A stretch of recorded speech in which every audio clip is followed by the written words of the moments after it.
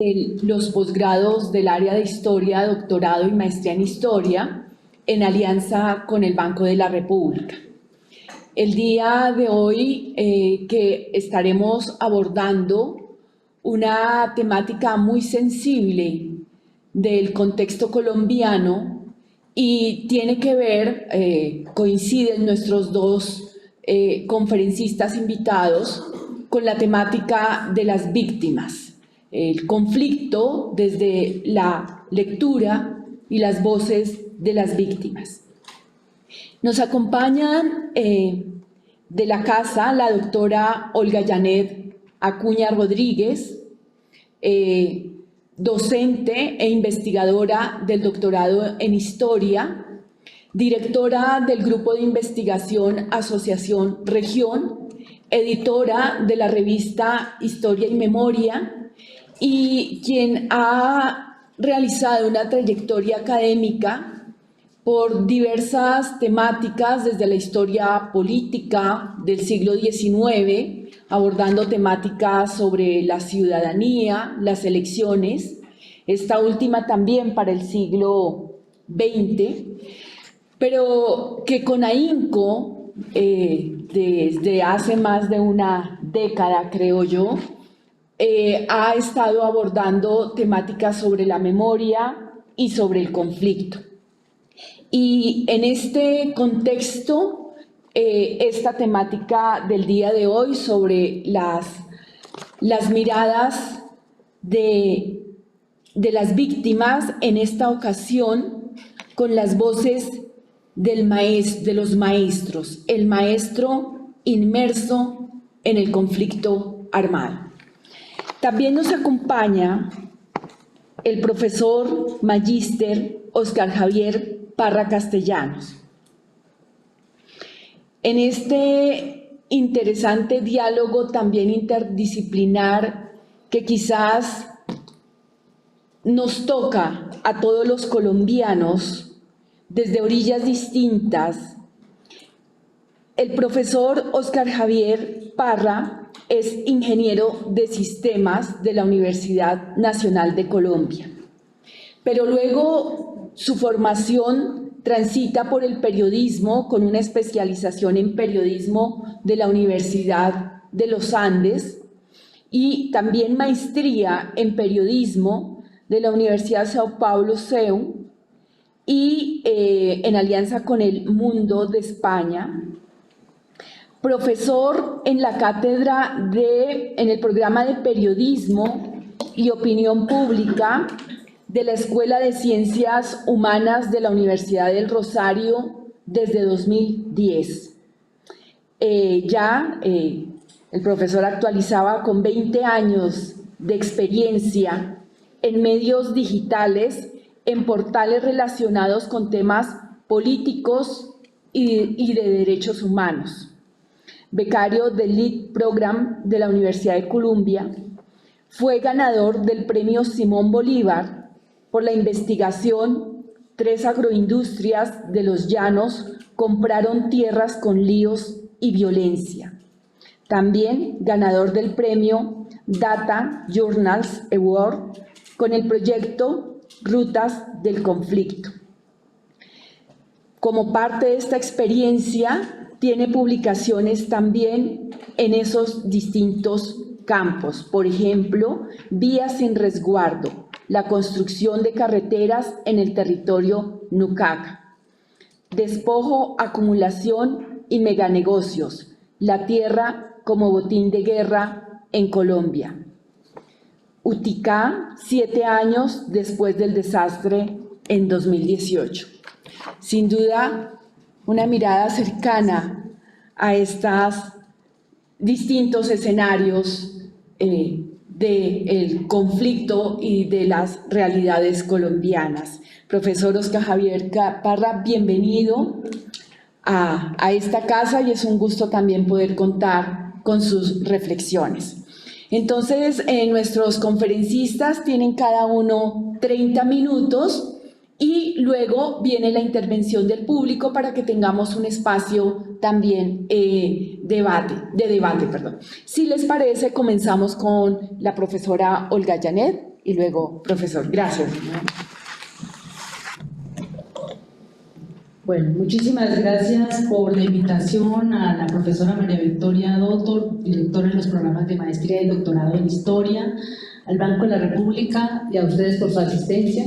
Considero que este es un tema que justamente a partir de los procesos de negociación con las FARC nos ha permitido, nos ha dado insumos muy importantes para poder reflexionar. En otros tiempos eran nombrados. Un pequeño recorrido por la década de los años 80 nos permite ver la crisis social, política, económica y sobre todo de gobernabilidad en la cual se vio inmerso el país y que efectivamente favoreció el crecimiento de guerrillas, el crecimiento y auge de los paramilitares, el fortalecimiento del narcotráfico, de las economías ilegales, y que truncaron de alguna manera un desarrollo económico y por el contrario motivaron o insertaron a la población en una serie de dinámicas ideológicas, económicas muy fuertes que deslegitimaron la gobernabilidad, la política y la sociedad en Colombia. Entonces, también nos encontramos con el surgimiento de explotación petrolera en algunas áreas, como fue el caso del Meta, el caso de Arauca, en mismo Boyacá, el caso de Miraflores, y esto atrajo en primer lugar a los armados, en segundo lugar creó unas economías ilegales o fortaleció en esas áreas las economías ilegales, y en tercer lugar la emergencia de uno de los monstruos más grandes como es el paramilitarismo y el narcotráfico. Ligado a esos dos elementos, digamos, hubo un fortalecimiento y expansión económica de esas miradas. Por otra parte, las guerrillas, y no hablamos solamente de una, sino del sinnúmero de guerrillas que hacia la década de los años 80 se encuentran y que logran, digamos, expandirse y controlar el territorio. ¿Qué encontramos? En primer lugar, las FARC, que eran unos grupos aislados en áreas marginales que se fortalecieron a partir de la séptima conferencia y empiezan a generar unos cambios muy importantes respecto al crecimiento del número de frentes, al fortalecimiento también económico, porque incursionan en las economías ilegales, básicamente en la producción y tráfico de heroína, y también, digamos que inician un proceso de reclutamiento mucho más fuerte. Pero lo central es ver cómo hay una ofensiva, un cambio en la estrategia de la ofensiva, es decir, de ser un grupo marginal, aislado, se plantean ahora incursionar en el mundo político y transformar las relaciones con el Estado, es decir, tomarse el poder. Y a partir de allí inician toda una expansión territorial, principalmente en áreas donde es débil o casi inexistente la presencia del Estado. Digamos, otro elemento fue el fortalecimiento de las economías ilegales y particularmente el narcotráfico. El narcotráfico, ustedes saben que empezó a crecer hasta el punto de consolidar los famosos carteles de la droga que, digamos, amenazaron y arrinconaron a la estructura del Estado, a los gobiernos, y todas las instituciones generaron un proceso de debilitamiento que fue, digamos, una de las causas fundamentales digamos, en las cuales está inmerso el conflicto.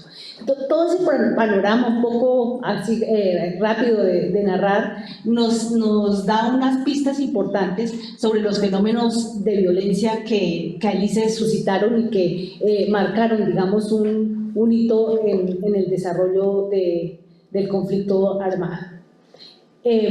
Siguiente. Digamos, en esa lógica tenemos que preguntarnos, adentrándonos en el tema de los maestros, que es un poco la temática de la que yo les quiero hoy hablar, pero antes querría pues aludir un poco a la situación económica, social y política que vivía Colombia inmersa en esta gran crisis. Digamos que allí también había un potencial intelectual muy interesante. Los maestros, una serie de movilizaciones que se generaron liderados por sindicalistas, por líderes comunales, donde se estaba pensando la sociedad y el Estado de otra manera y había un tejido social muy fuerte. Y en ese sentido nos permite ver cómo esas voces fueron silenciadas, o muchas de esas voces fueron silenciadas, y ya vamos a hablar de qué manera hay varios silencios allí, y sus voces incluso son en ocasiones marginales son silencios institucionales, son silencios personales, son silencios comunitarios, en fin. Pero ¿cómo los maestros vivieron el conflicto armado? ¿Por qué callar al maestro? Precisamente el movimiento pedagógico que emergió en 1982 con el objetivo de generar un cambio fundamental en el sistema educativo, reiterando el protagonismo de los docentes, que con su saber lograban incidir y transformar en los escenarios educativos. Entre los planteamientos justamente del movimiento pedagógico se estableció defender la educación pública, algo que hoy también, digamos, es nuestra apuesta, evitar la estandarización y sobre todo la mercantilización. Y creo que, insisto, estas apuestas deben seguir vigentes en cada uno de nosotros. Asimismo, reconocer la profesionalización docente y unificar el sistema educativo que, digamos, estaba en lo municipal, lo del departamental, el nacional, y cada uno tenía incluso salarios distintos. Entonces, esas fueron apuestas del movimiento pedagógico porque, digamos, generó una mirada distinta del papel del docente y del papel de la educación. Así, estos maestros fueron vistos como una amenaza por las organizaciones criminales que ya les he contado que emergen, porque eran capaces de denunciar, de hacer análisis y sobre todo porque podían movilizar a las masas e incidir en el contexto. Por eso, en la década de los años 80, tanto la guerrilla como las guerrillas como las autodefensas vieron a los maestros como sus enemigos, porque tenían, como ya les he señalado, una capacidad crítica, una postura distinta, realizaban balances sobre la situación que estaban viviendo y sobre todo podían predecir qué se iba a generar. Y esto pues generalmente incomodaba a los armados y los motivaba, digamos, a generar otras apreciaciones. Pero ¿qué incidencia tuvo el conflicto armado en esas movilizaciones y en la labor del maestro? En una entrevista a Abel Rodríguez, ex secretario de Educación de Bogotá, señaló que después del Congreso Pedagógico efectuado en 1987, a los 2 días asesinaron al presidente del Sindicato de Educadores de Antioquia, uno de los líderes más importantes. Posteriormente, una fuerte persecución contra los maestros. Muchos fueron amenazados, asesinados, desaparecidos, torturados, lo cual para el caso del movimiento pedagógico lo debilitó y posteriormente mediante un decreto nacional, el 180 de 1998, con el cual se declaró turbado el orden público y estado de sitio. Además se definieron algunos aspectos relacionados con las prácticas terroristas. A partir de esa normatividad, digamos, la fuerza pública en algunas regiones como Boyacá y otras empezaron a capturar a campesinos pertenecientes a juntas veredales, miembros de la Unión Patriótica, líderes políticos de izquierda, líderes sociales y efectivamente a maestros. Muchos de ellos fueron acusados de ser auxiliadores de la guerrilla y de actividades terroristas. Muchos fueron colocados a disposiciones de jueces públicos. Asimismo, aparecieron las famosas listas negras que, digamos, iban a perseguir o iban a desaparecer a líderes sociales, políticos y, desde luego, a los dirigentes de Sindimaestro y a otros maestros del área rural y urbana.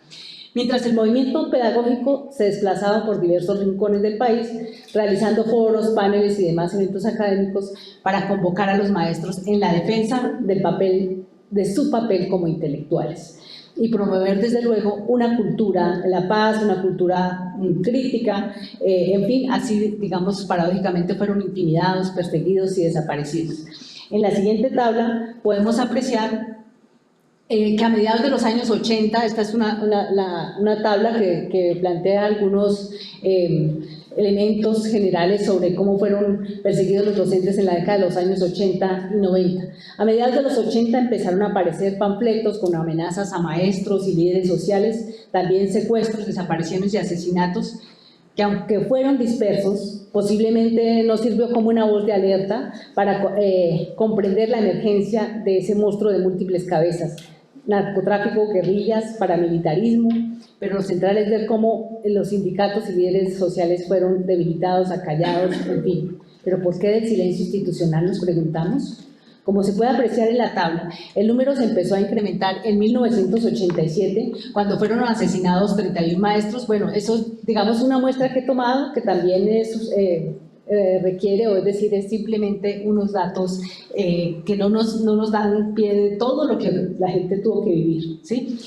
Siendo el pico más alto 1989 con 51 docentes amenazados, también se puede apreciar que fue más alto el número de hombres asesinados que de mujeres, lo que como digamos, no se podría ver a las mujeres también vivieron el conflicto de otra manera, el desplazamiento, la persecución, la viudez, y sobre todo esta última, la viudez, que está relacionada con la pérdida de un ser querido que trae consigo sufrimiento y penuria. Además, estas mujeres deben hacer un esfuerzo por enfrentar el día a día, por las estrategias para enfrentar sus condiciones de vida, por una capacidad de resiliencia y la manera como la sociedad las vio, que también es otra manera, es otro elemento.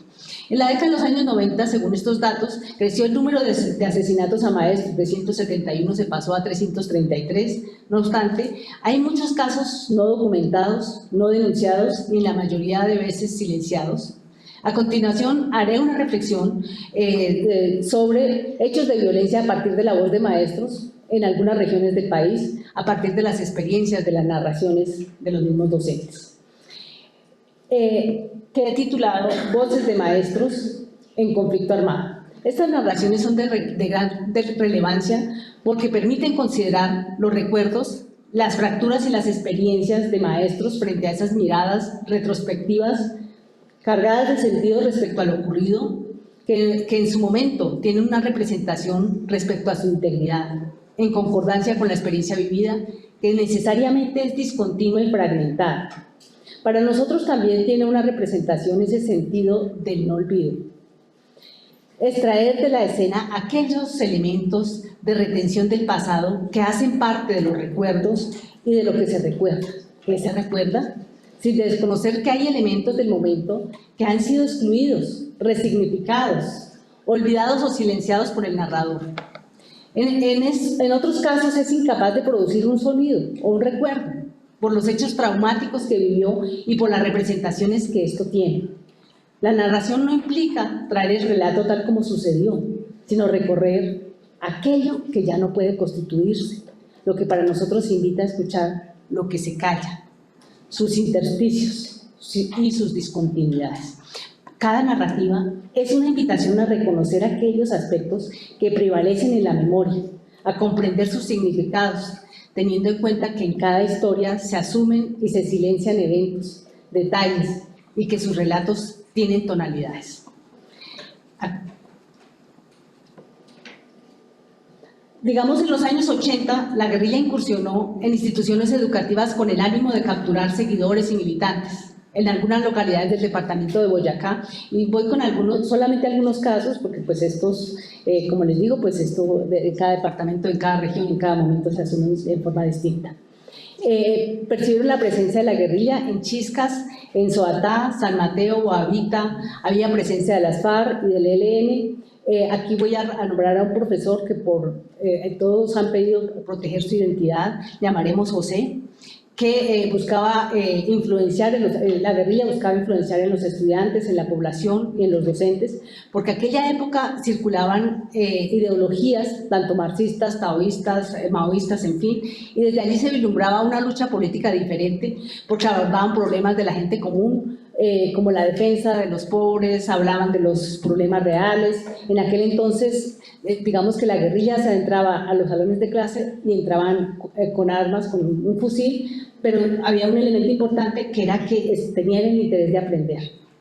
Bueno, en otros lugares los maestros estuvieron en medio del conflicto, vieron una tensión muy fuerte. Recuerda José, un docente que a un compañero, licenciado en sociales, lo asesinaron en Barrancabermeja. Comillas, allá estaba operando en un lado el ELN, en el otro operaban los paramilitares y más arriba estaban las FARC. A él lo desaparecieron. Era un muchacho de Puerto Boyacá, pero con orígenes chocuanos, y fue convocado o fue capturado por los discursos. A otra persona la desaparecieron en Fortur, Arauca. Cuando la encontraron en una fosa común, le habían quitado las manos. La guerrilla de las FARC, con posterioridad a la séptima conferencia, inició un proceso de expansión, creación de más frentes y con la incorporación y reclutamiento de actores sociales, niños desde los 15 años de edad y jóvenes, incremento de las vacunas, extorsiones y secuestros para fortalecer la lucha armada. Por esa época también se expandieron los grupos de autodefensa a varias regiones del país. con el fin de proteger a hacendados, comerciantes y terratenientes, pero con la pretensión de expandir la producción comercio de heroína. Así, en varias regiones empezaron las disputas entre las guerrillas, las autodefensas y el ejército por el control del territorio, mientras los maestros quedaron en medio del fuego cruzado. Los armados también asumieron funciones del Estado para solucionar conflictos, presionaban y establecían control en la cotidianidad de los habitantes. Retomando el caso del norte de Boyacá, el profesor José señalaba, comillas, hacían ese tipo de intervenciones. Por ejemplo, un profesor que fuera como muy gobiernista lo llamaban al orden y le decían, comillas, usted cambia su discurso o se larga. Y hubo gente que le tocó irse porque se veía así que era en serio que los desaparecían, cierra comillas. Este es un tipo de silencio impuesto, generado por la coerción. Es una manera de callar o de disciplinar a los cuerpos dóciles. Es una imposición del silencio para reafirmar el poder, pues mientras más prolongado es el silencio, más profundo es el control ejercido. Es una manera de continuidad de la guerra que, al generar miedo y dolor en el sujeto, controla a la población. También recuerda que hubo tomas en varios municipios. Por ejemplo, en La Ubita en 2 ocasiones fue tomada por las FARC. En Guavita hubo amenazas por el ejército, pero el ejército lo impidió y lo que hubo fue una mortandad tenaz. Las volquetas del municipio bajaban llenas de muertos, pero aquí en el centro no se sabe nada, ni la prensa, ni los medios, nadie vio nada.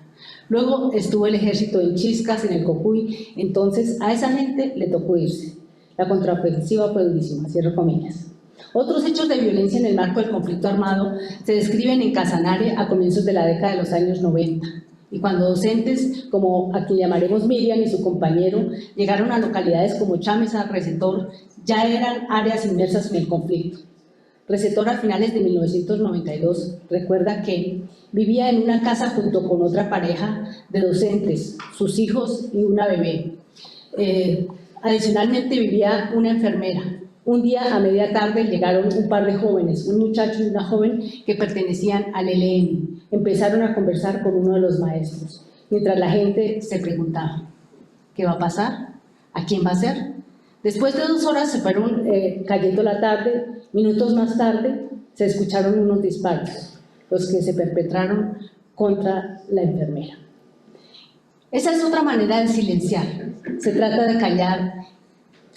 acallar los grupos armados, que en ocasiones es letal, es una forma de control por medio del miedo.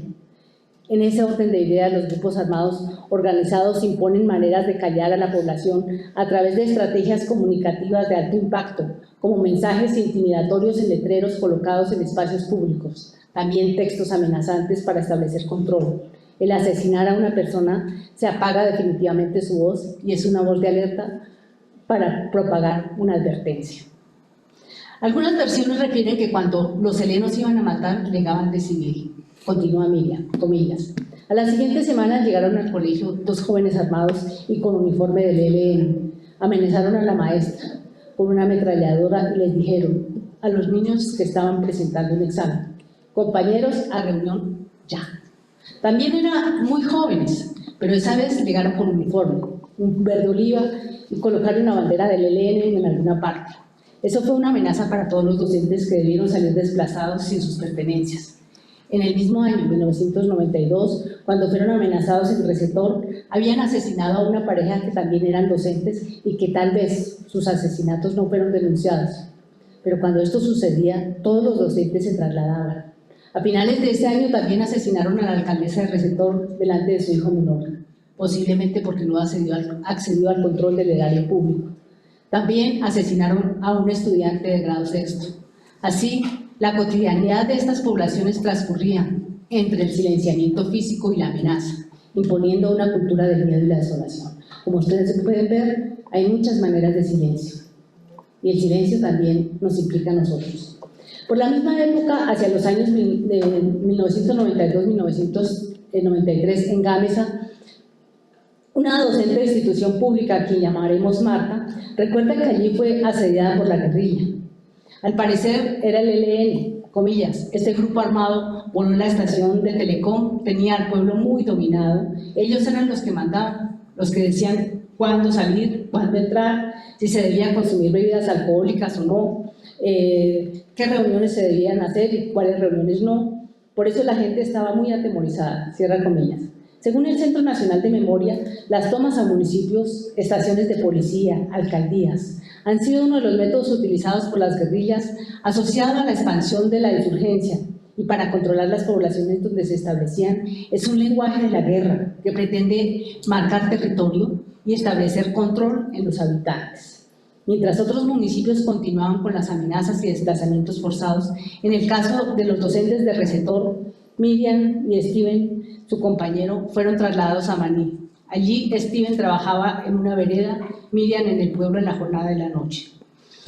Él viajaba todos los días en moto, entonces había que pasar el Cusiana, en canoa y coger después a otro lado del río para llegar al trabajo. Así transcurría la cotidianidad de estos maestros, que no es ajena a otros contextos, lo que puede leerse como travesías entre la selva, los caminos, los ríos y la acción de los armados. Y continúa el relato de Miriam. Comenzando el año 1998, ya Steven tenía la moto y trabajaba con otro compañero, un muchacho joven, normalista, que estudiaba en la Universidad de La Sabana, estaba haciendo su licenciatura en los fines de semana. Ellos salían en la misma moto para no gastar gasolina y ya esta zona estaba ocupada por paramilitares. Los paramilitares en su accionar recogían a la gente de las motos o los carros y se la llevaban por un tiempo, o fuera por unos días o por un rato o por un solo día, y se la devolvían después, ya sin gasolina o si no les dejaban la razón. Dígale a fulano que vaya como sea a tal parte. Pero el 3 de marzo, como lo narra Miriam, decidieron no viajar en la misma moto y salir en tiempos diferidos. Tampoco pasaron a la misma hora la lancha. Steven llegó a la escuela y el compañero Juan no. En la tarde los compañeros lo preguntaron. También su compañero de viaje notó su ausencia. La situación en la vereda donde trabajaban estos dos maestros, Steven y Juan, se había puesto tensa. Era una ola de persecución muy fuerte. ¿Por qué? Nos preguntamos. Pero lo central es que esto fue una alerta para los docentes, por lo que empezaron a realizar marchas, mientras les recomendaron a Steven no salir. Por su parte, los docentes solicitaron una audiencia con el comandante paramilitar que estaba radicado en la vereda en donde trabajaban estos maestros. En la reunión les dijo, comillas, lo mejor es que se vayan todos porque a ustedes les van a caer. Porque ustedes están diciendo que se lo llevó el Cachacheira, es el nombre del líder paramilitar, el alias, y no vaya a ser que de verdad les pase lo que están diciendo. Comillas. El viernes de esa semana salieron de Maní a Yopal todos los maestros en un vuelo. Su único equipaje era una pañalera. El resto de pertenencias fueron abandonadas y como los maestros de Maní, hubo una gran cantidad de profesores amenazados, desplazados, desaparecidos y asesinados. También hubo violencia en poblaciones como Chamsa, donde los paramilitares asesinaron al profesor Henry Ramírez Becerra y desplazaron a su esposa y a sus 3 hijos. En el territorio se encontraban campamentos de los paramilitares que controlaban toda la zona, amenazaban, intimidaban, asesinaban y perseguían, como lo relata la profesora Doris. También los docentes sindicalizados y líderes, como fue el caso de Henry Lee, sus familiares eran perseguidas.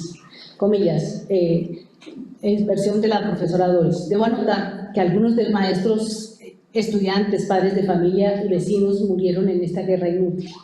El derecho a la vida se violentó, mataban y torturaban a diestra y siniestra por cualquier situación, por que pequeña que fuera, por una cerca, por una deuda, por un comentario, por un problema conyugal.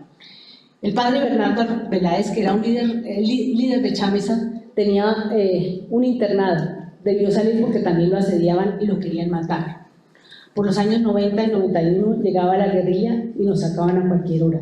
Llegaban los paramilitares y nos formaban. Llegaba la policía y nos culpaban. La policía llegaba en la noche y uno tenía que darle hospedaje. Y por aquella época también asesinaron a la alcaldesa Chamisa, cierro comillas.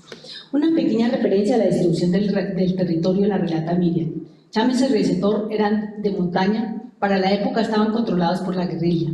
mientras Maní era llano y estaba ocupado por paramilitares. Los asesinatos fueron cometidos en su gran mayoría por paramilitares. En esa época asesinaron a líderes políticos sindicalistas. También fueron amenazados los dueños de un establecimiento de comercio, de mercado, por lo que debieron abandonar la localidad de la noche a la mañana.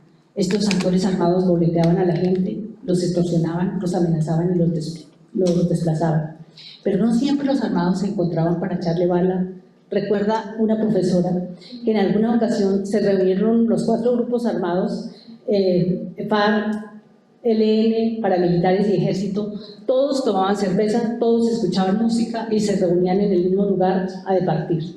Después, hacia la madrugada, cuando se despedían, cada cual salían con ráfagas al aire y así se despidieron. Lo que se percibió que había mucha cercanía, que entre los actores armados se conocían, que todos sabían territorialmente dónde se ubicaban y trazaban fronteras invisibles que los actores sociales debían asimilar y quedarse en silencio para no entrar en conflicto con ninguno de los actores armados.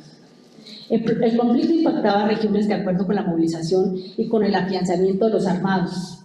Por eso puede verse que hay unos ciclos de violencia que en cierto momento se agudizan cuando incursiona un actor armado con miras a disputarle el territorio al otro, por lo que la ola de violencia se incrementa. Estas acciones son referidas como territorialización del tipo zonal, es decir, la delimitación del territorio, lo que sugiere la demarcación y control por parte de un grupo armado. Pero para el caso que nos ocupa, se establecieron como lugares confusos o fronteras invisibles por el control que estos grupos ejercieron y la población aprendió a ver, digamos, esas fronteras. Durante los años 90, la ola de violencia fue muy fuerte. Responde a la disputa de los territorios, al incremento de la siembra de coca, al procesamiento, producción y transporte de heroína, pero sobre todo al afianzamiento de las economías ilegales en territorios de escasa o nula presencia estatal, en que estuvo inmersa la labor del docente. Entre los años 2000 y 2004, en el sur de Bolívar, se vivieron acciones violentas debido a la pretensión del ELN que desde 1999 se despejaran 3 municipios en el sur de Antioquia y de Bolívar, San Pablo, Yondó y Cantagallo, para iniciar procesos de negociación tal como lo habían pedido las FARC en el Caguán. En esas localidades, particularmente en Cantagallo, lo recuerda la profesora a quien llamaremos Carmen, quien se desempeñaba en la localidad. En el año 2000, comillas, la guerrilla del ELN colocó una bomba en la registraduría en señal de protesta contra las elecciones. Asimismo, al que quería matar, lo mataron.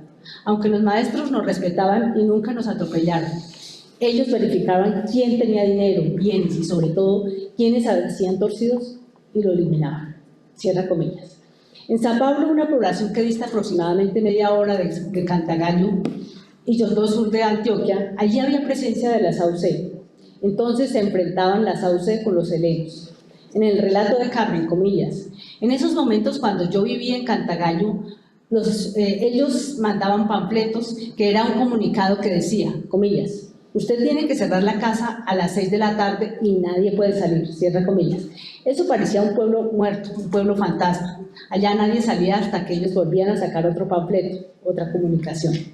Si habían unas fiestas, si habían algún evento cultural, con un solo disparo ya la gente sabía que tenía que retirarse, cierra comillas. Los habitantes se fueron adaptando a esos lenguajes y con base en ellos redefinieron sus actividades y transformaron su cotidianidad. Esas fueron acciones que los volvieron dóciles, puesto que no contaban con la protección del Estado y en ocasiones veían en los armados una articulación muy fuerte con la fuerza pública. Los armados establecieron diversos mecanismos de control en la población. Una cosa era el encierro, que era una manera de silenciar y controlar el espacio físico y evitar que las personas se dieran cuenta de las acciones criminales, del tráfico de heroínas, de la apropiación de tierras, bienes y enseres. Estas formas de silenciar con el confinamiento colectivo permitían que a su vez silenciara con la coerción, con acciones de disciplinamiento impuesto por el poder de los armados. Callar con la imposición del otro y por los mecanismos de control. Es una forma de disciplinar los cuerpos dóciles. En este caso, se trata de un control masivo como un proceso de conversión permanente que permite controlar sus voces, sus narraciones y el lenguaje. Así, establecieron mecanismos de acallamiento para disciplinar y generar obediencia en las calles. en los parques, en general en el espacio público. Otra es cuando aparece la figura del armado, genera un acallamiento, un enmudecimiento, pues su presencia es intimidante e infunde temor. Otra es el silencio generado por las acciones en el cuerpo. Es el lenguaje del terror que, en palabras de Benjamin, enmudece, porque las acciones traumáticas que generan en el sujeto y por lo que los actores armados son capaces de realizar. Sobre este caso particular, Carmen señala, por ejemplo, un fin de semana desmembraban a una persona y la colocaban por partes en los árboles. Era terrible. Así, habían rumores que alguien le servía a otro grupo, lo paseaban por todo el pueblo y lo volvían una nada hasta que lo mataban, hasta que ya la persona no daba vida. Y otra fue cuando también los colocaban, los amordazaban vivos, los mandaban al río para que se ahogaran con todo su cuerpo amordazado. Sí que era un momento bastante fuerte, fuerte, fuerte. Este tipo de tácticas, es decir, el silenciamiento disciplinario, que afianza la cultura del terror, implica asesinar y en algunos casos exhibir el cadáver para que aquellos que no acataron la orden asimilen el poder de los armados. En este caso, el enmudecimiento es una representación o es una expresión del lenguaje derivado del silencio que proviene de acciones de sentido profundamente traumáticas en que el narrador enmudece, porque produce un choque que genera un trauma entre la voz y el miedo que dificulta la expresión. La situación era muy tensa para los habitantes. Los docentes también enmudecían, como lo refiere Carmen, comillas. Las AUC eran demasiado descarnadas, mataban, desmembraban sin piedad y les colocaban avisos por sapo, por HP, por tal cosa. O sea, a ellos no les importaba nada, nada, nada. El ELN generalmente mandaba un panfleto o mandaban, por ejemplo, al alcalde: necesito dinero, necesito que abran estas carreteras, necesito esto o lo otro. Los helenos siempre llevaban uniforme, las AUC iban de civil. A ellos se les conocía porque iban armados y porque eran de una mirada muy penetrante, muy fuerte, porque la maldad los identificaba, cierra comillas. Y continuaba el relato de su cotidianidad en una área de conflicto, donde el cuerpo es otro escenario del conflicto armado. Comillas, en alguna ocasión cuando íbamos para la finca, vimos un brazo en una parte, el otro brazo a 2 metros, la pierna a otro metro. O sea, así iban dejando desmembrada a la persona, la cabeza en otro lado. Me impresionó muchísimo. Otra vez que íbamos para la finca, nos pararon y a mi esposo le dijeron: su nombre es tal. Entre el relato y la expresión física se puede apreciar el recuerdo de esos hechos traumáticos y el significado de miedo y terror que esto significa para el docente.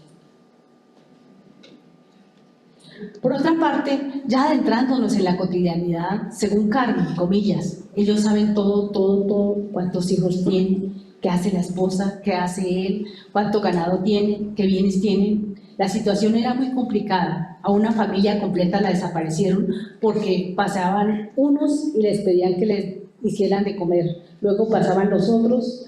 Al señor lo cogieron y le dieron vueltas por todo el pueblo hasta que lo mataron, causándole mucho dolor. A la gente le toca tener cuidado con lo que habla y mucho más a los docentes. No se sabía si habían padres de familia involucrados o estudiantes. A uno le comentaba, comillas, cuidado con tal persona, no puedes hablar esto. Cierra comillas. Así los maestros vivían un tipo de censura y autocensura ligado a su labor como docentes, pues de la manera como abordaban un tema, podían convertirse en enemigos de uno de los grupos armados. En Cantagallo había mucha gente, muchísima gente que estaban vinculados con los armados y les pagaban a ellos recibían un salario. Y los docentes, vieran lo que vieran, no podían decir nada. Así se mezclan una serie de sonidos entre las ráfagas, los estruendos de las detonaciones, las motos de alto cilindraje.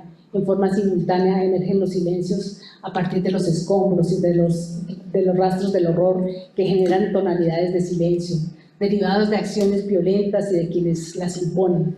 Pero ¿por qué callar los cuerpos? ¿Por qué callar al maestro?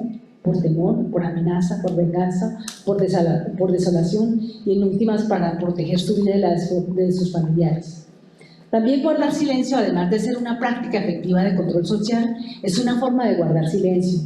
como un mutismo elocuente cargado de significado emotivo, ético y moral. Es un tipo de acción simbólica cargada de voluntad comunicativa. El conflicto armado también invadía las propiedades y las labores que realizaban los docentes. Las propiedades también fueron objeto de despojo. Cualquiera de los grupos armados podría llegar a un lugar, no siempre armado, en ocasiones hacían estudio del lugar. Por ejemplo, tomaban una casa o apartamento o una finca en arriendo. En otros casos ingresaban como trabajadores de una finca. En otros, los hombres enamoraban a las niñas o viceversa y creaban una red de informantes. Y desde allí estudiaban a los habitantes, sus propiedades y los recursos económicos que poseían. En el caso de Carmen, comillas, a nosotros nos quitaron aproximadamente 10 hectáreas. En la finca se posesionaron los helenos y no se les puede quitar. Nadie los pudo quitar, ni la ley.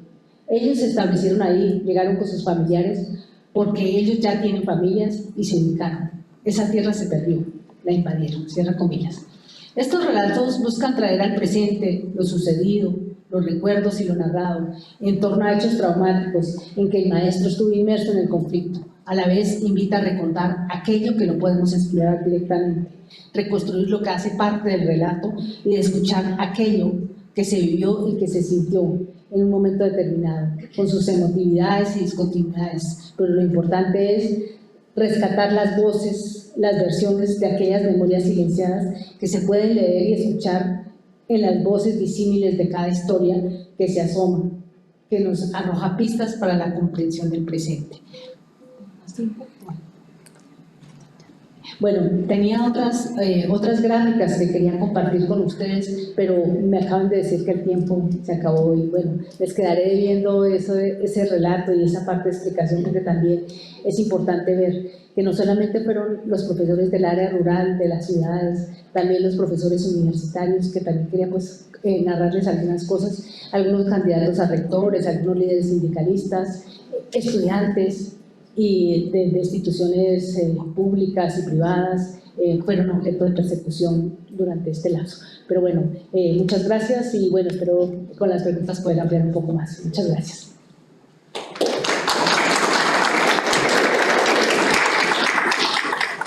Muchas gracias, profesora Olga. De manera inmediata damos la palabra al profesor Óscar Javier Parra, quien nos va a hablar o va a continuar también con historias desde las voces de las víctimas. Profesor Óscar Javier. Bueno, buenas tardes, días todavía, sí, que el día me comenzó muy temprano.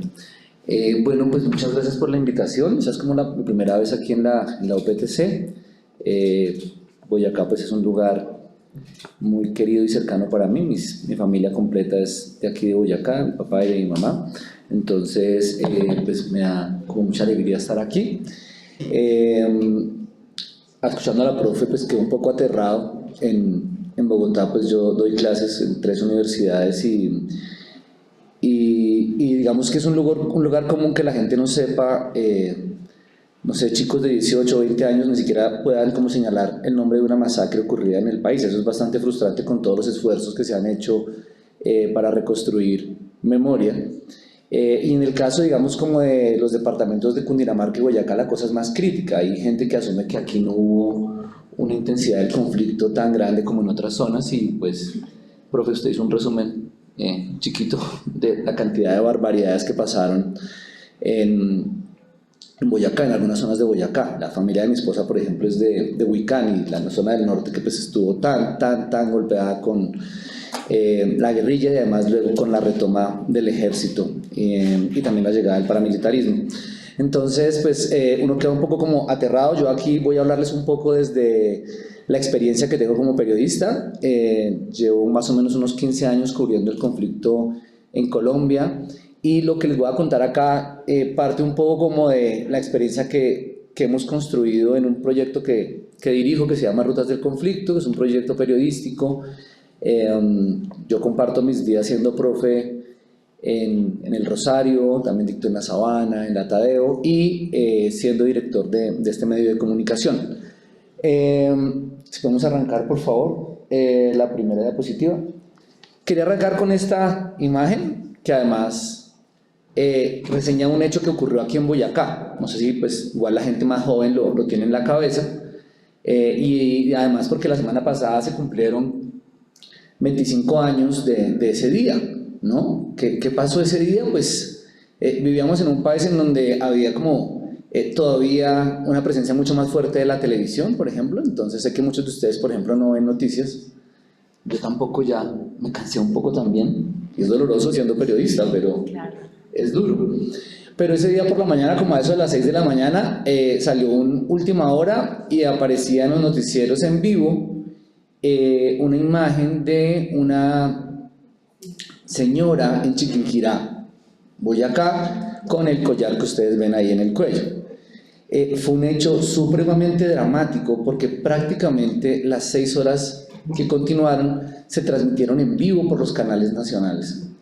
Y el hecho termina más o menos sobre el mediodía, cuando prácticamente en vivo el collar explota, ¿no? Y termina matando a esta señora y además a uno de los encargados de antiexplosivos que había intentado como desactivar la bomba. Yo creo que eso marcó tremendamente, digamos, como a mucha gente. En ese momento vivíamos en un país que tenía, digamos, un descontrol de violencia. Creo que tenemos uno de los picos más grandes que hemos tenido en estos ciclos de violencia entre el 2000 y el 2001. Digamos que las guerrillas, por ejemplo, en Colombia tenían una expansión bastante grande. El paramilitarismo, junto con la fuerza pública, pues también tenían, digamos, como unos picos de violencia altísimos, y entonces la gente quedó marcada con ese asunto, ¿no? Digamos, ver en vivo prácticamente la decapitación de una persona, pues fue una barbaridad.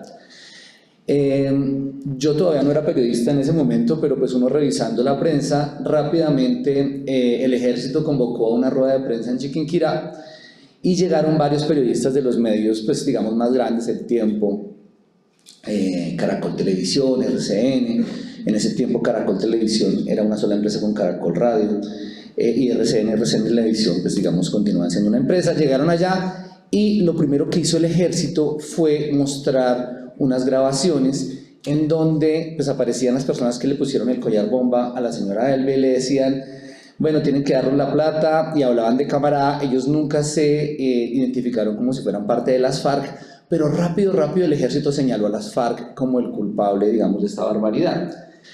Y a mí me parece que es un caso dramático y es un ejemplo para mostrar de cómo se puede vender rápidamente un relato que está atravesado por el dolor, y cómo la gente compra ese relato y es muy difícil después desbaratarlo. Pues resulta que las FARC han cometido un montón de barbaridades, pero esa no, ¿vale?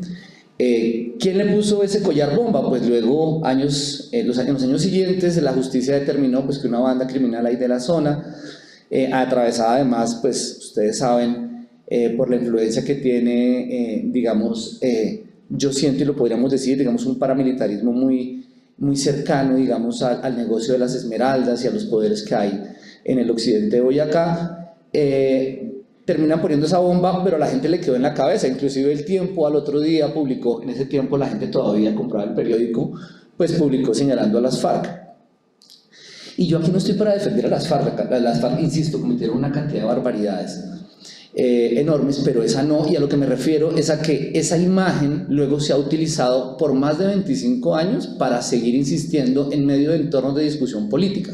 Por ejemplo, en el plebiscito, hace 9 años, constantemente se sacaba, por ejemplo, esa imagen para decir que habría que ir a votar por el no, ¿no? De vez en cuando vuelve a surgir, por ejemplo. Hay un montón de cosas, por supuesto, para criticarle al presidente Petro ahora, pero puntualmente señalarlo de ser culpable de esto, pues eso no tiene ningún sentido. Pero, sin embargo, cada tanto vuelve a surgir esa imagen en redes sociales y la gente la comparte y mucha gente la cree. Y señalaba esto porque es muy difícil luego, por más que uno quiera, explicarle a la gente que una mentira bien contada, pues es una mentira. Es muy complejo, muy complejo.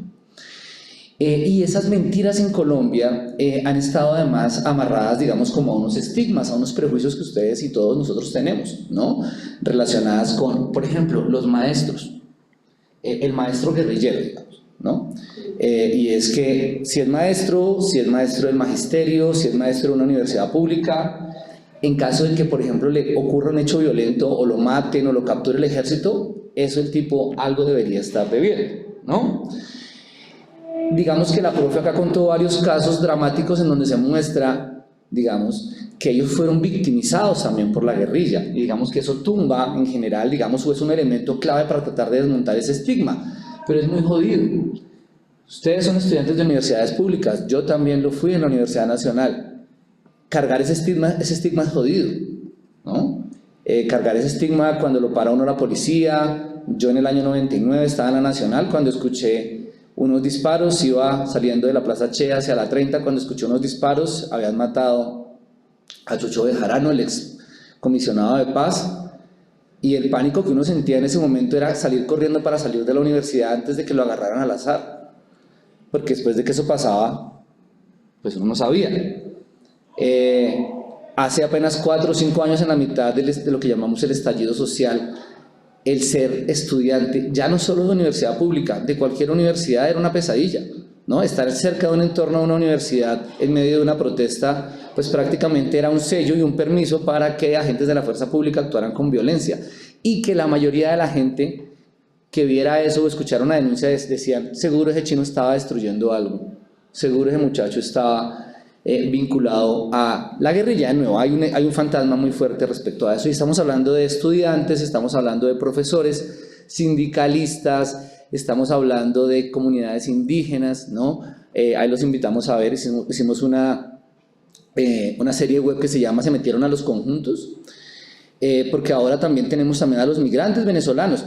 ¿Acá no les pasó a ustedes esta noche de finales de abril del 2019? Porque por ahí vi que en Duitama pasó, yo creo que acá no sé si también pasó o no, y es que corrieron cadenas de WhatsApp alertando que se iban a meter a los conjuntos residenciales hordas de venezolanos a acabar con todo. No sé si aquí pasó, ¿no? Lo digo porque al otro día, por ejemplo, el expresidente Álvaro Uribe replicó una de esas mentiras en Facebook diciendo como, me cuentan que en Duitama pasó tal cosa, y pues no ha pasado nada. En Bogotá la cosa fue absurda. Una cantidad de gente con camisetas blancas a eso hasta entre las 3 y 4 y 5 de la mañana con palos de escoba parados en las porterías esperando a que llegaran las hordas de venezolanos. En mi caso, por ejemplo, eran las 11 de la noche, yo vivo más o menos sobre la 150 con autopista norte, estaba muerto del susto porque todos mis amigos me mandaban videos de gente corriendo, entonces uno no sabía si eran los que estaban entrando o la gente que estaba en los conjuntos. Y yo les decía, pero aquí no está pasando nada. Sobre las 11 de la noche, mi apartamento daba muy cerca a la portería del conjunto, llegó un señor con una pantaloneta y empezó a decirle al portero del edificio, del conjunto, que por favor activara la alarma, porque ya venían. Y el celador le dijo, pero yo no veo a nadie, yo no voy a activar. Yo estaba pues chismoso mirando por la ventana, porque soy periodista, ¿no? Entonces uno no puede perderse nada de jodido, ¿verdad? Es difícil ir contra eso. Y entonces el señor en pantaloneta sacó una pistola. Y pues ahí sí ya, ¿no? Junto a mi gato nos tiramos al suelo porque estábamos ya muertos del susto. Y le dijo, o prende la alarma o yo hago defender esta vaina. Y en ese momento el celador disparó la alarma y la disparó más, muerto del susto porque este señor tenía la pistola que por otra cosa. Y lo que vino después fue una horda de vecinos que salieron con recogedores, escobas, ollas, lo que fuera, a defendernos de no sabemos quién. Y esto puede ser muy gracioso, chicos, pero lamentablemente terminó justificando un montón de violencia esas noches contra venezolanos, que iban pasando por la calle y llevaban del bulto. Pero no solo eso, terminó justificando que un Estado, el gobierno colombiano, capturara aleatoriamente a cerca de 70 venezolanos en las calles, en varias ciudades del país, los metiera a un avión, los llevara a Puerto Carreño. ¿Saben dónde queda Puerto Carreño? En el Bichada, lejos, muy lejos. ¿Alguno de ustedes ha ido a Puerto Carreño? ¿No? Pues hay que ir, es una maravilla, pero queda muy lejos. Los bajaron del avión. Cuando los bajan del avión, obviamente hay una protesta de gente de Puerto Carreño que quería linchar a los venezolanos porque no quería recibirlos ahí. Hay un video de Noticias Caracol que es una barbaridad, en donde una señora los acusa de que si los van a dejar ahí van a entrar a robar al pueblo y les van a quitar los esposos también a ellas. No entiendo, es una cosa bárbara. Y a esos señores los meten en un barco, en unas canoas, y los mandan al otro lado del río Orinoco, ¿vale? O sea, ustedes imagínense que hubiera pasado del otro lado. Que los dejen en el borde de la frontera venezolana con Colombia, los tiren en una canoa y los manden al otro lado, y uno llega al otro lado y dice, mierda, ¿yo aquí qué hago? ¿No? Entonces hay una cantidad de prejuicios y de estigmas que tenemos en la cabeza y que se disparan casi siempre con el miedo. Este, digamos, es un hecho frecuente. Digamos, en el caso de los venezolanos hay una xenofobia que es permanente, pero digamos que en estos momentos se hurga otra. Por ejemplo, se ha señalado constantemente, especialmente de medios de comunicación y de sectores políticos, el odio hacia las comunidades indígenas. No sé si ustedes lo han escuchado, por ejemplo, en estos días. Aparece una guardia indígena con sus bastones de mando y lo señalan que están armados. Se habla de manera general de todos los indígenas. Ellos todos son una especie como de organismo que tiene un solo pensamiento. Si un indígena comete un hecho reprochable es porque todos los indígenas son malos. Es una cosa bárbara, ¿no? Me pongo a pensar si del otro lado nos juzgaran igual, si del otro lado nos vieran como los no indígenas, y si algún no indígena viola o mata o roba, todos los no indígenas seríamos exactamente iguales, digo yo. Y digamos acá rápidamente para señalar ese estigma, recuerdo también, y hablándolo siendo críticos desde medios de comunicación, la Corte Constitucional, por ejemplo, le ordenó un programa que se llama Séptimo Día. ¿Han tenido ustedes yo soy de los que me quejo de Séptimo Día, pero los domingos a veces estoy aburrido y lo pongo? Eso es una cosa terrible, que termina enganchando de una manera absurda. Pero hay, por ejemplo, el señor Manuel Teodoro dijo en un programa que ser indígena del norte del Cauca era prácticamente ser guerrillero. Lo dijo en televisión abierta a las 7 de la noche. Todo el mundo, a esa hora uno está tan aburrido los domingos que pone Séptimo Día, ¿cierto? Es una locura. Nadie ve televisión, pero todo el mundo se pega a eso. Entonces la Corte Constitucional le ordenó como, oiga amigo, eche para atrás lo que está diciendo. Y entonces esos estigmas históricos pues han terminado justificando luego esas violencias. Esos estigmas además, y en eso quiero hacer un apunte, digamos, a la Comisión de la Verdad, muestran además que el Estado colombiano, digamos, desde los años 60, ha estado como interesado en aumentar ese estigma para justificar violencias, porque hay, digamos, una doctrina contrainsurgente que lo que se busca es, para atacar a las guerrillas, tratar de señalar a la población civil que está a su alrededor, ¿no? Entonces, a una población civil que era tremendamente victimizada por la guerrilla, terminaba siendo señalada de guerrillero. En Puerto Boyacá, por ejemplo, ustedes pueden ver en el primer semestre del 82 cómo empiezan a aparecer un montón de matanzas, 14, 15 personas y desaparecidos, de gente que era señalada, por ejemplo, de colaborar con las FARC, y aparecían luego en las paredes del pueblo cosas como más, ¿no? O los tiznados. ¿Y quiénes eran en realidad? Pues militares, ¿no? Eso, por ejemplo, todavía nos falta asumirlo como sociedad. ¿De dónde se origina el paramilitarismo? Militares que actúan como paramilitares, ¿no? Que luego pues terminan unidos y muy vinculados con narcotraficantes, con civiles terceros. Pero digamos que la gran mayoría de la gente que todavía piensa en el paramilitarismo lo ve como un hecho de venganza, ¿no? ¿Alguno de ustedes tuvo el infortunio de ver una cosa que se llamaba como Los Tres Caínes? Era una novela, no la vean, por favor. Ya les dije, pero igual no lo vean. Es una novela que además fue escrita por nuestro candidato presidencial, Gustavo Bolívar, que además es una completa caricatura sobre cómo nació el paramilitarismo en Colombia de una manera bastante irresponsable, ¿no? Entonces, si puedo ir un poquito más adelante, quiero contarles acá un par de experiencias que hemos trabajado en Rutas del Conflicto. Nosotros ya voy por la mitad de la exposición, te voy a acelerar un poquito, hace 11 años hicimos este mapa de masacres en el país. Fue como el primer mapa que reunimos desde el periodismo para contar las masacres en el país. Hay 730 masacres cometidas en Colombia entre el año 1982 y el año 2012, o sea, está medio desactualizado. Si se fijan, hay una cosa particular y es que hay una zona grande entre Cundinamarca y Boyacá donde no aparecen tantos registros, ¿verdad? Y eso yo creo que está relacionado con que en altas zonas, digamos en Bogotá, digamos en el corredor que conecta Bogotá, Chiquinquirá, Tunja, por ejemplo, no hubo un recrudecimiento del conflicto. Sí hubo conflicto armado, pero no fue tan similar, digamos, al nivel de magnitud como en otras zonas, y por eso la gente cree que aquí no pasó nada, ¿no? Y sí pasaron un montón de cosas. Hicimos esta base de datos y recogimos estas 730 masacres que se quedan corticas. Si uno va luego al trabajo del Observatorio de Memoria y Conflicto del Centro Nacional de Memoria Histórica, el observatorio determina que para el mismo periodo, 82-2012, lo que hay son 3.700 masacres. Habrá que coger cada punto de estos y multiplicarlo por 5, perdón, se me olvidó multiplicar. Es una barbaridad lo que hemos vivido, y es una barbaridad que haya personas que todavía no sepan lo que se vivió. Para mí es aterrador tener estudiantes de estas universidades que les digo, o sea, ahí se pagan hay gente que paga hasta 18 millones de pesos por semestre en una de estas universidades por comunicación social, por ejemplo. Y son chicos que no tienen ni idea, por ejemplo, que una cosa que me impresiona y es que no saben diferenciar entre el paramilitarismo y la guerrilla. Cuando les he preguntado a muchos, por ejemplo, que si me dicen el nombre de una masacre, me dicen que las bananeras. Y pues hombre, está bien que se acuerden de las bananeras, pero pues hay una violencia reciente muy dura y muy cruel que nos ha tocado, y eso es bastante decepcionante, porque tanto investigadores como periodistas a veces hemos dejado también mucha cosa ahí para que la gente ojalá recuerde y sepa qué pasó, pero nosotros hicimos este trabajo y lo que hicimos fue ir a archivos. Yo trabajaba en un medio que se llama Verdad Abierta, no sé si les suena, y lo que yo hacía era ir a escuchar gente en el proceso de justicia y paz. ¿Saben qué es el proceso de justicia y paz? ¿A ustedes les suena?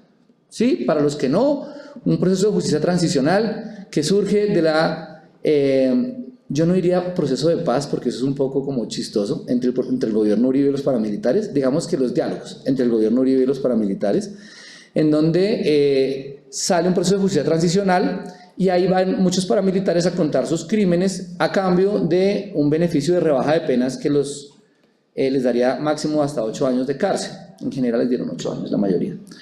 Y pues hay un montón de gente hablando acá. Y lo que se escuchaba acá era bastante duro, ¿saben? En esas audiencias pues casi no podían venir víctimas porque las víctimas vivían muy lejos, por ejemplo. Entonces uno terminaba, no sé, yo me acuerdo que terminé como cubriendo una cosa que se llama el Frente Omar Izaza, que eran los paramilitares del Magdalena Medio. ¿No saben quién es el señor Ramón Izaza? Deberían saberlo también quién fue, es un jefe paramilitar ahí, además que está en este asunto de la guerra desde finales de los 70. Estaba su hijo, alias Terror, imagínense el muchacho, y a Terror lo mataron apenas hace un mes, porque Terror salió de ahí y siguió delinquiendo. Además, aquí entre nos, a mí me perturbaba un montón porque sentía que Terror estaba obsesionado conmigo. En la mitad de las audiencias Terror me dibujaba y eso a mí me estresaba muchísimo. Y no había nadie más en la sala, ¿no? Era jodido, yo miraba para todas partes y hermano ahí dibujándome, pero una cosa jodida. Y pues yo les digo una cosa, en esos procesos de justicia y paz, en esas audiencias, la mayoría de paramilitares decían, matamos a 10, matamos a 15, tiramos al piso a 4 y les pegamos un tiro. Todos eran guerrilleros. No había ni una sola palabra. A lo mejor algún magistrado de vez en cuando les decía, ¿usted de dónde saca que eran guerrilleros? Pero casi nadie los controvertía. Me impresionaba que la fiscalía los dejaba hablar. Y señalaban a todas sus víctimas como guerrilleras, a todas. Hay un caso muy jodido que quiero muchísimo, una señora que se llama Manuela Sidray en Barrancabermeja. Su hijo es uno de los desaparecidos de la masacre del 28 de febrero de 1999, es un muchacho de 16 años, se lo llevan y lo desaparecen. Ella lleva 26 años buscando a su muchacho. El jefe paramilitar que quedó vivo de toda esa matanza entre paras que se metieron después allá, que se llama, de apellido Jaimes, alias el Panadero, no sé si ustedes lo han escuchado, porque además es señalado de ser el responsable de la violación de la periodista Ginette Bedoya. Entonces Panadero insistía todo el tiempo en que ese muchacho era un guerrillero. Y por ejemplo decía barbaridades como, es que ese muchacho llevaba 10 años en la guerrilla. Parce, el man tenía 16 años cuando se lo llevaban. Estaba en la guerrilla desde los 6 años. Y solamente el día que doña Manuela pudo viajar a Bogotá, entrar a la audiencia y encararlo, este criminal le admitió que su hijo no era un guerrillero. Le dijo, no, estaba en el lugar equivocado, ¿no? Y ese día le contó además a doña Manuela qué hicieron con él. Le pegaron un tiro y lo tiraron al río Lebrija. Doña Manuela, han pasado 15 años y lo primero que hace doña Manuela cuando habló con la gente de su hijo es insistirle que él no era guerrillero. Es muy jodido que las víctimas tengan que cargar ese peso de seguir insistiendo que sus hijos no eran guerrilleros. Es muy jodido. Y lo que es peor es cuando uno a veces va por ahí por Barranca, hay gente que sigue diciendo, sin saber si está desaparecido o no, si esté por ahí. Cuando les dicen, por ejemplo, en el otro caso, por ejemplo, de la masacre del 28 de febrero, que es el otro desaparecido, que es un taxista, le dicen a la esposa, ¿usted está segura que no se fue con otra? La gente es tremendamente indolente. Y en otros casos le preguntan, ¿y no será que si era guerrillero? Entonces, aquí la cosa es tremendamente dramática. Y entonces, viendo todo esto, decidimos hacer un proyecto que se llama Yo Sobreviví. Si podemos ir a la siguiente, se los recomiendo. Es una base de datos de más o menos unos 70 testimonios de personas en el país que sobrevivieron a masacres. Y además están contados muy desde la primera persona. Me encantó los relatos de los profesores, profesora. Seguramente ahorita me quedo con su contacto para charlar un ratico. Porque es importantísimo que la gente escuche, porque esto sí pasó, pareciera que no hubiera pasado. Y ahí y hay voces en este momento, digamos, en la discusión política colombiana que insisten en que esto o no pasó o si pasó fue poquito, ¿no? Que no fueron 6.000 los falsos positivos, que eso fueron menos. Que si se pasó, eso seguramente, bueno, lo dijo el mismo expresidente Álvaro Uribe, no estarían recogiendo café. Entonces hay que tenerle una mirada muy, digamos, de mucho valor a lo que cuentan las víctimas. Acá hay una cantidad de historias desgarradoras. Y hay gente que le mataron al hermano, le desaparecieron al hijo, como por ejemplo hay una que me impresiona muchísimo aquí en Barbosa. Han ido a Barbosa, ¿no? Está aquí nomás, ¿verdad? Ustedes van a veranear cerquita ahí a Barbosa. Yo quisiera más tierra caliente, Barbosa la siento todavía fría, pero en Barbosa, por ejemplo, ocurrió una masacre que la llaman la masacre del Bar Gato Negro. Barbosa, siendo una ciudad pequeñita, tiene una zona que llamamos de tolerancia, ¿no? Y es una zona donde pues hay unos bares y normalmente ahí había como una reunión de gente que se metía pues a tomarse unos tragos. Ahí llegaron unos paramilitares, mataron a 2 personas dentro del bar, dejaron dos personas en el bar y quedó una herida. Llaman a la enfermera del pueblo y le dicen, tenemos que llevar a un herido que quedó, tenemos que llevarlo a socorro, ¿no? Uno de Rolo todavía no entiende por qué no traen los heridos a Tunja estando más cerca, pero se los llevan para el socorro, traen a la enfermera, la meten en una ambulancia con el conductor de la enfermera, de ambulancia, iba también la persona que estaba herida con su esposa. Un poco más hacia Santana, saliendo de Barbosa, yendo hacia San José de Pare, porque ahí no vuelve a entrar a Boyacá, ¿no? Los paran, bajan al conductor de la ambulancia y estando dentro de la ambulancia a la enfermera, al herido y a la esposa, le pegan como 300 tiros a la ambulancia desde afuera. Inexplicablemente la enfermera queda viva. Y la enfermera llevaba al herido con la cabeza ahí sobre las piernas, abren la puerta y le meten un tiro en la cabeza al herido. Básicamente la enfermera me dice que repleta de los sesos y de la sangre del herido en el cuerpo. Matan pues también a la otra señora. La enfermera se baja de la ambulancia, son las 3 de la mañana. A ella, por ejemplo, nunca le pegaron un tiro, no le pasó nada. Ella jamás volvió a ser enfermera. El daño emocional de esa situación fue tan grave que ella jamás pudo volver a ejercer. Y a ella nunca la reparó el Estado. ¿Por qué? Pues porque usted está completa, a usted no la hirieron, no le pasó absolutamente nada. Entonces, la importancia de esos relatos es como enorme. Y aquí, para ir cerrando, quisiera como avanzáramos un poquito, por favor. Yo creo que hay unas cosas, digamos, y con esta diapositiva voy a terminar porque no alcanza mucho más el tiempo, y es que dentro del periodismo yo normalmente les sugiero a mis estudiantes que lo primero, antes de la información, está la dignidad de la persona. La persona tiene todo el derecho a contar sus historias, de ser el centro del relato, pero aún así, si no quiere contar algo, debería tener el derecho de no contarlo. El fin de semana pasado estuve en Barranca Bermeja. Yo no conozco otro caso tan tremendamente revictimizado, bueno, conozco otro tal vez, a una chica, ella tenía 4 años, le matan el papá en la masacre del 28 de febrero, la mamá por militares, la secuestran con ella, la violan a la mamá, la matan y la tiran al río Magdalena. Ella con 4 años se la devuelven a la abuela. Ese mismo año, en el 2000, una bomba del ELN le mata al abuelo, a la abuela, y al otro abuelo se lo matan ese mismo año por investigar la muerte de la mamá. ¿Cómo queda el trauma de una persona con eso? Ella vive sola, ahora tiene 30 años, hablando con ella en la noche, me sacó como unas 60 fotos. de sus familiares. Y yo decía, mierda, yo me voy, son las 9 de la noche, nos vamos a ir con el fotógrafo, nos vamos a ir y esa mujer se va a quedar sola con las fotos. Y es muy jodido porque la gente no piensa eso. Cuando un periodista normalmente va, le pone el micrófono a una víctima, parece que estuviera succionando la información.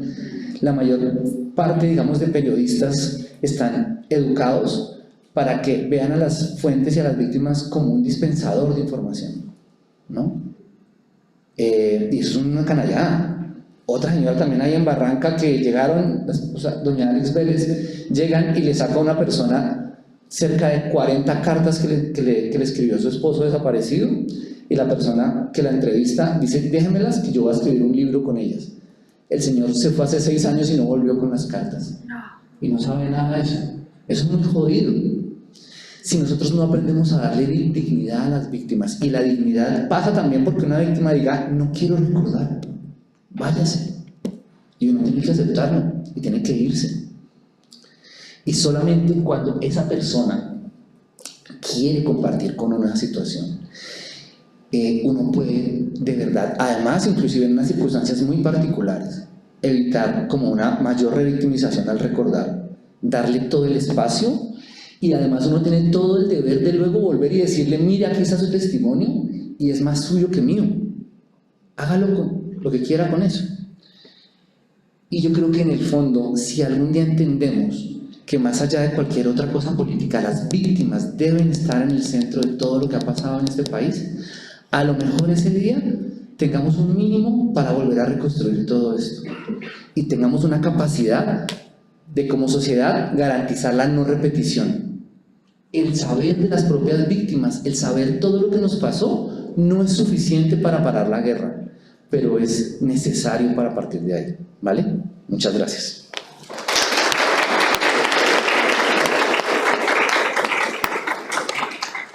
Profesor Óscar Javier, gracias por la excelente intervención. De igual manera, profesora Olga, excelente intervención, gracias. Con los acentos puestos en esos distintos lugares que nos ayudan a una mayor comprensión, sensibilidad, a colocar sobre la mesa aspectos que a veces damos por obvio, o a veces la capacidad crítica no ayuda a quizás comprenderlos de la manera que se debiera, ¿no? Bueno, con todo esto que resulta tan provocador, quisiera en primer lugar darle la palabra al público si hay intervenciones, si se quiere entrar en diálogo con los conferencistas. Mientras tanto, señalaba un poco, quizás parte de los lugares que se han puesto hoy en el acento es cómo, además de recuperar la memoria, están todas estas formas y maneras que intervienen, ¿no? El lugar de la dignidad, el lugar de las víctimas, el cómo podemos seguir configurando relatos, discursos, narrativas, estigmas que siguen justificando el odio, la violencia. En apariencia estamos en un periodo de posconflicto, quizás en alguna ocasión se habló de ese escenario de posconflicto, pero cuando se nos recuerdan hoy que seguimos configurando discursos pero también hechos. Quizás uno de los llamados es que hemos aprendido muy poco, que como sociedad nos falta seguir aprendiendo, que no es suficiente quizás solamente sí recordar estos hechos de memoria, sino poner en discusión lo que nuestros conferencistas nos están poniendo en discusión.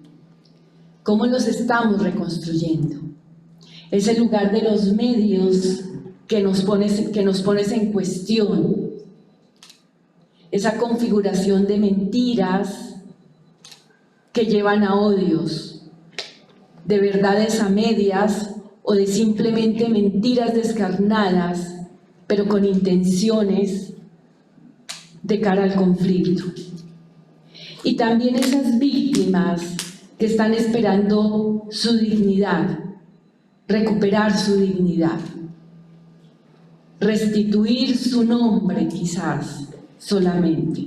Y por eso la importancia de nombrarlas, como nos los mencionaban con los profesores de Wiccan, con el profesor Comillas José, con la profesora Miriam, con el profesor Henry Elio, Steven, Juan, Carmen, Pedro Bernardo, el padre Arbeláez, pero también doña Manuela, Alex Vélez.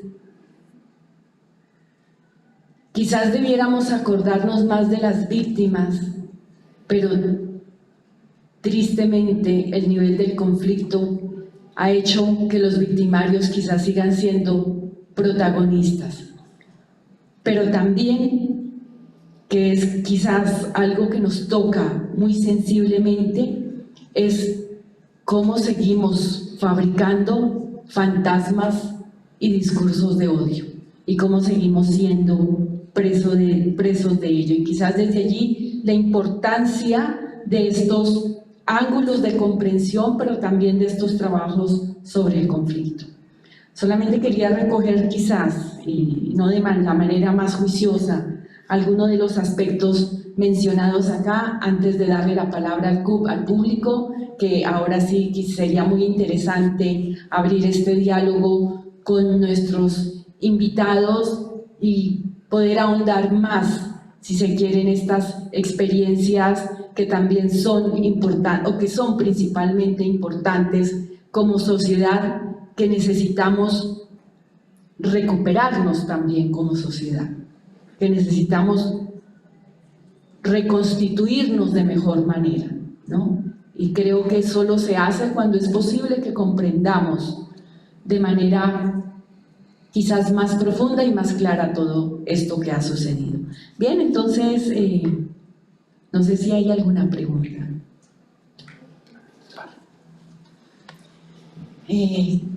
Profesor Camilo, y acá otra pregunta.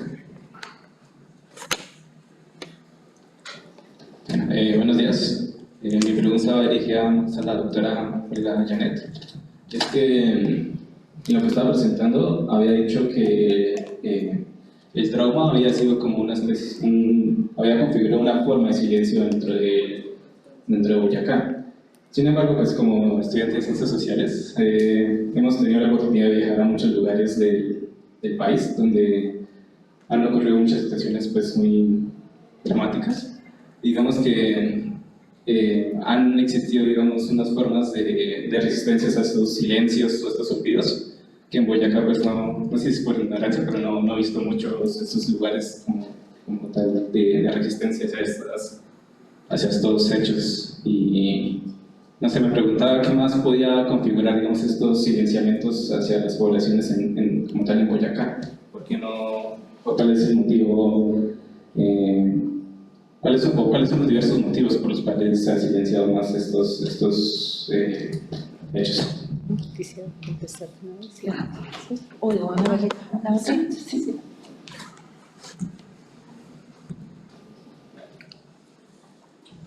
Hola, buenos días. Muchas gracias por las intervenciones. Quisiera hacerle una pregunta, bueno, dos preguntas a la profe Olga. La primera es metodológica. ¿Cómo se hicieron las entrevistas? ¿Cómo se identificaron a los informantes? ¿En dónde tuvieron lugar esas entrevistas? Bueno, esa. Y la segunda es si los maestros han sido reconocidos como víctimas del conflicto por la JEP, por la Comisión de la Verdad. Y para el profe Oscar, una pregunta es ¿qué metodologías se han explorado para difundir estos relatos del conflicto en lugares más alejados, pues más allá de Bogotá? Porque yo percibo que en Bogotá pues hay como una difusión, las universidades, la academia, pero en regiones, por ejemplo acá, la provincia, que es la provincia más cercana a Bogotá, hay un desconocimiento prácticamente total de lo que pasó en el conflicto Yo le pregunto, por ejemplo, a mis estudiantes muchas cosas sobre el conflicto y hay un olvido involuntario generalizado. Muchas gracias. Gracias, profe. Entonces, profe Olguita. Bueno, pues muchísimas gracias por las preguntas, muy interesantes las tres. Para responder, empiezo por la de los silencios. Bajo las categorías y la perspectiva de análisis de Benjamin, nos ofrece una reflexión interesante sobre los silencios. El silencio individual o traumático, que en ocasiones, digamos, genera un choque individual particular y que inhibe que el sujeto logre exteriorizar aquellas vivencias por dolor, por miedo, por incertidumbre. Ese primer escenario, digamos que lo vivieron los maestros y todas las personas inmersas en el conflicto, y en ocasiones creo que a muchos nos ocurrió de que en los años 90, por ejemplo, y 2000, fue muy fuerte hablar del conflicto armado, y mucho más en poblaciones inmersas en conflicto armado. O sea, que el conflicto armado por eso empieza a indagarse más o menos cuando hay un proceso de negociación con las FARC. O sea, en lo contrario, digamos, ahí vemos otro tipo de silencio, el silencio impuesto, que también me refería en la charla. Y ese silencio impuesto es por los armados, también por la fuerza pública y también por el gobierno. Y hay otro tipo de silencio, el silencio institucional, cuando le conviene a las instituciones del Estado silenciar. No existió, no se vivió, eso no se fue así. Y crear esto que dice el profe, las mentiras, porque es otra manera de convertir aquello en verdad. Entonces, son muchos elementos del silencio y digamos que la historia del país está cargada de esos silencios, y mucho más cuando hablamos de problemas de violencia, de problemas de conflicto armado, ¿sí? Y de las diversas maneras como se ha vivido el conflicto, de áreas conflictivas. También, por ejemplo, otro tipo de silencio es no aludir a lo evidente, el conflicto. Territorios como Boyacá, entre comillas, voy a referirme a territorio de paz, es decir, allí no hubo violencia, allí no hubo conflicto. Y con mi trabajo postdoctoral pude mirar, porque como les contaba en algún momento cuando hablaba de las víctimas de los niños, que fue uno de los trabajos que he realizado también, fue tanto el número de casos que encontré que decidí centrar mi trabajo postdoctoral en una provincia. Con lo cual, bueno, y ahora dije, no, pues ya no voy a hablar de los niños, voy a hablar de los maestros. Y hay también un caso, por ejemplo, donde son agredidas las escuelas, ¿sí? Entonces, esos silencios no existen. Las escuelas también fueron transformadas tanto por la guerrilla como por los paramilitares en ocasiones para desarrollar acciones militares, para hacer entrenamientos. Esos silencios están ahí, ¿cómo recuperarlos? ¿Sí? Entonces creo que a nosotros como historiadores nos quedan muchas tareas sobre el particular, que es ahondar en los silencios de la guerra, ¿sí? Son muchos, individuales, colectivos. Ahora, la resignificación de los silencios, que también la encontramos, porque a veces es tanto el trauma que, por ejemplo, estos relatos que también nos contaba el profe, fueron muy fuertes para la gente, que entonces dice, ya no quiero ser enfermera, ya no quiero ser maestro. Y es como un olvido momentáneo, un olvido, eso no lo quiero recordar porque me duele mucho, que era un poco lo que llamaba la profesora, bueno, llamada Carmen, con lo que vivió en Cantagallo, o sea, ver la gente desmembrada, pero además de eso, enmudecer porque no poder decir nada, no poder denunciar. Recuerdo el caso del personero de Miraflores, por ejemplo, que fue también víctima del conflicto porque estaba haciendo una actividad de denuncia, estaba recogiendo todos los casos para denunciarlos ante la personalidad departamental y tuvo un atentado. Entonces es otra manera de silenciar directamente, silenciar a un personaje que se considera una amenaza. Y eso hicieron con muchos maestros, silenciarlos. Sí, es parte del asesinato, de la desaparición, en fin. Bueno, y sobre esto pues un poco está también la reflexión que he hecho, porque quise hacerlo sobre los silencios, que es decir, el enmudecimiento es algo voluntario entre comillas porque es un trauma, pero también hay otro tipo de silencios. Bueno, respecto a la Comisión de la Verdad y a los lugares, digamos, ¿cómo se ubicaron a las víctimas? Bueno, esa es una tarea que no es fácil. Cuando nosotros como historiadores llegamos a un lugar, bueno, mire, voy a hacer un trabajo, voy a hacer una investigación sobre tal cosa. Mire, cuando trabajé con los niños siempre le ponen a uno como una barrera, ¿sí? Hay que, digamos, hacer un trabajo, quienes vivieron en tal actividad, dónde trabajaron, porque además pueden que estén en Tunja ahora o estén en otro lugar, pero saber dónde trabajaron y tener una cercanía. Esa es como parte de la metodología para trabajar las sensibilidades. No es fácil, es decir, que de la noche a la mañana yo, como un agente externo a esas personas, digamos que, bueno, quiero referirme a cómo seleccionarlos, dónde trabajaron, en qué época trabajaron y qué experiencias en el conflicto tuvieron. Esos fueron los mecanismos digamos, de selección de los maestros, ¿sí? Y desde allí, por ejemplo, como pude narrar, hubo experiencias de tipo de la guerrilla, hubo experiencias tanto de las FARC como del ELN, no tuvimos de otras guerrillas, a lo mejor las hay, ¿sí? Y de los paramilitares, ¿sí? En una ocasión una docente fue, o 2 o 3 casos, fueron víctimas también de la guerrilla, de los paramilitares y del ejército. En esta ocasión no abordé lo del ejército, pero también hay acciones violentas también generadas por la fuerza pública. Bueno, digamos, las maestras y maestros como tal han sido considerados como víctimas, es el caso de la profesora Doris.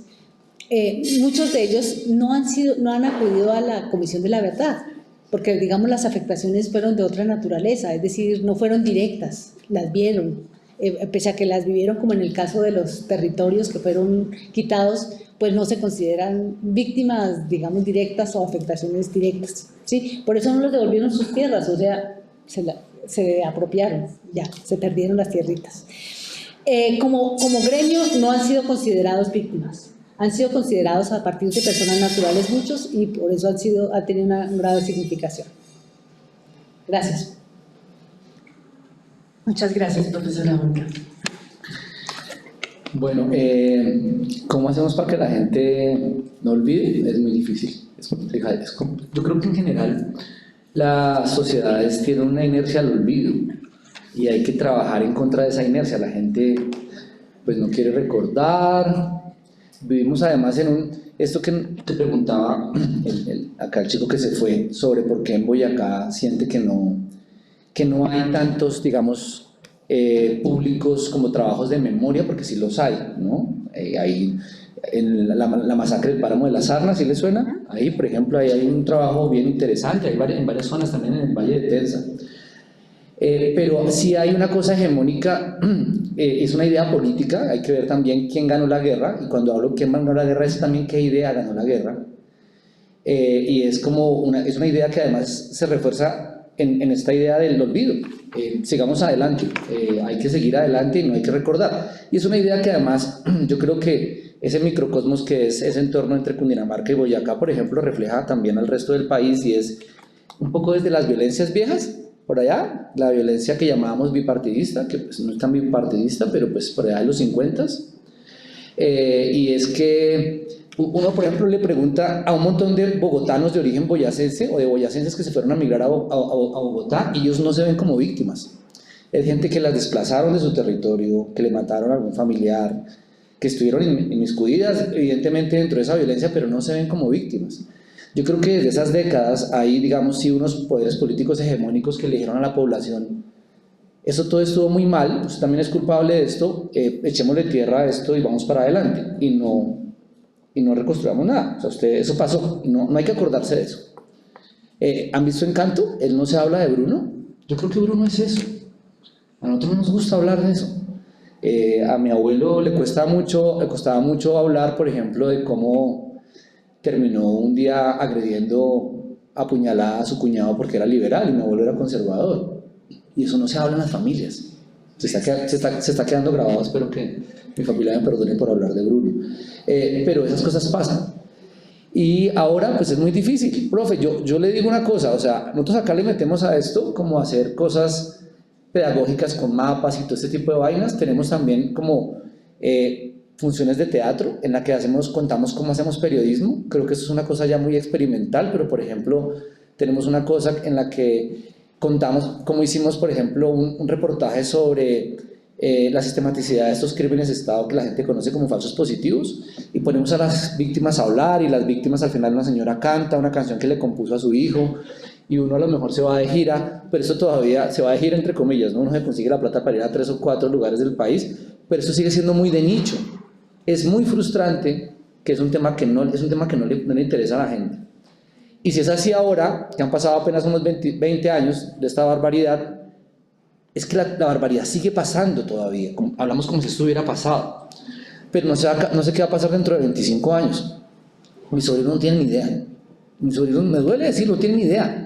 Hay un estudiante la otra vez me preguntaba cuál era la diferencia entre guerrilleros y paramilitares. Una estudiante de 20 años que ha salido de uno de los mejores colegios de Barranquilla. Y yo sí creo que ha faltado que desde los mismos colegios se haga casi que obligatorio una cátedra de paz para que la gente entienda y sepa lo que pasó. El seguir mirando para otro lado no le ayuda a que este país en realidad exija la no repetición. Pero, profe, si usted me dice cuál es la fórmula, me pregunta cuál es la fórmula, eso es, o sea, para mí, a mí me rompe el corazón terriblemente ver a tanto colega, a tanto investigador que lo han amenazado, que ha dejado su vida, inclusive la gente de la Comisión de la Verdad, con una cantidad de traumas y un montón de problemas de salud mental por todos los informes, para que la mayoría de la gente no tenga idea de nada. Nada, no se sabe nada. Y como la mayoría de gente no sabe nada, también es mucho más susceptible a ser engañada, por ejemplo, cuando se le pide su participación política. Y pues eso creo que se va a ver pues, cada vez de una manera más crítica durante los próximos años, el próximo año quizá.